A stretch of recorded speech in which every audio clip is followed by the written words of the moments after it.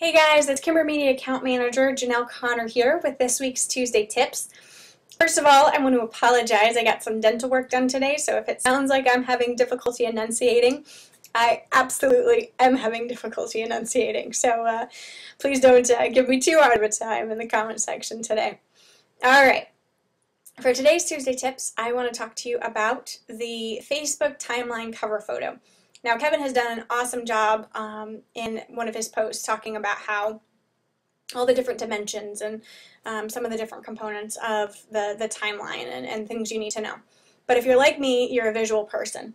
And I've noticed that some businesses really just haven't updated that cover photo, and I don't know that they realize how important that is. It's really, really important. It really represents your brand, and Mashable recently published an article about how it's one of the first places that people are looking when they come to your Facebook page.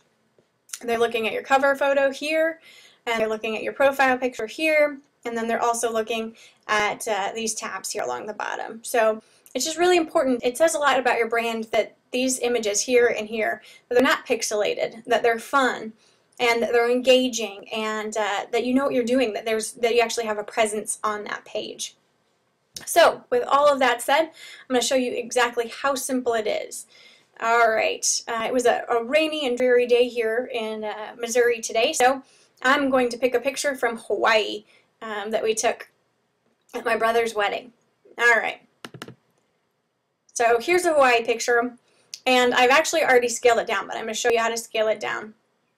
Come right up here up to Tools and Adjust Size, and then look at that, it's already 851.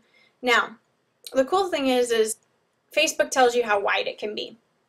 You can actually upload a photo that's smaller than this width, but I wouldn't recommend it, because what it's going to do is it's going to pull in something that's smaller, and then it's going to blow it up to try and fill the space. And the problem with that is that it's going to pixelate the image. The image isn't created to be that big. So you can save yourself a lot of heartache by making sure that it is set up at, right here, this 851 pixels wide. That's how big that cover photo section is at the top. Now, your height isn't as important. And why I say your height isn't as important is because Facebook allows you to move your cover photo up and down. It just doesn't allow you to move it from side to side. So, as you can imagine, as far as the height isn't as important, because you can move the image up and down, which I'll show you here in just one second.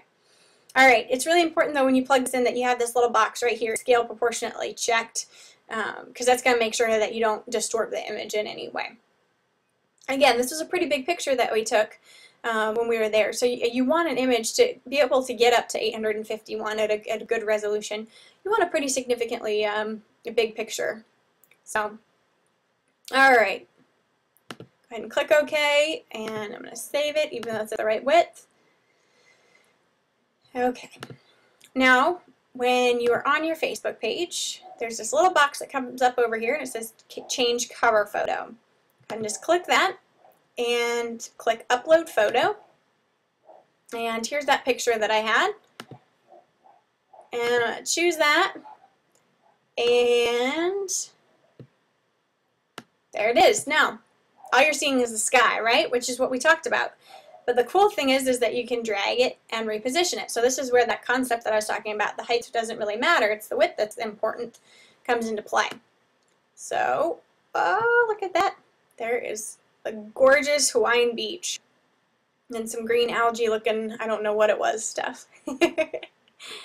Alright, so again, I can drag it up and down, but I can't drag it from side to side. It will only allow me to go up and down. So that's why that 851 is really important. Alright, so I'm going to say that it deserves to go right there. I'm going to click Save.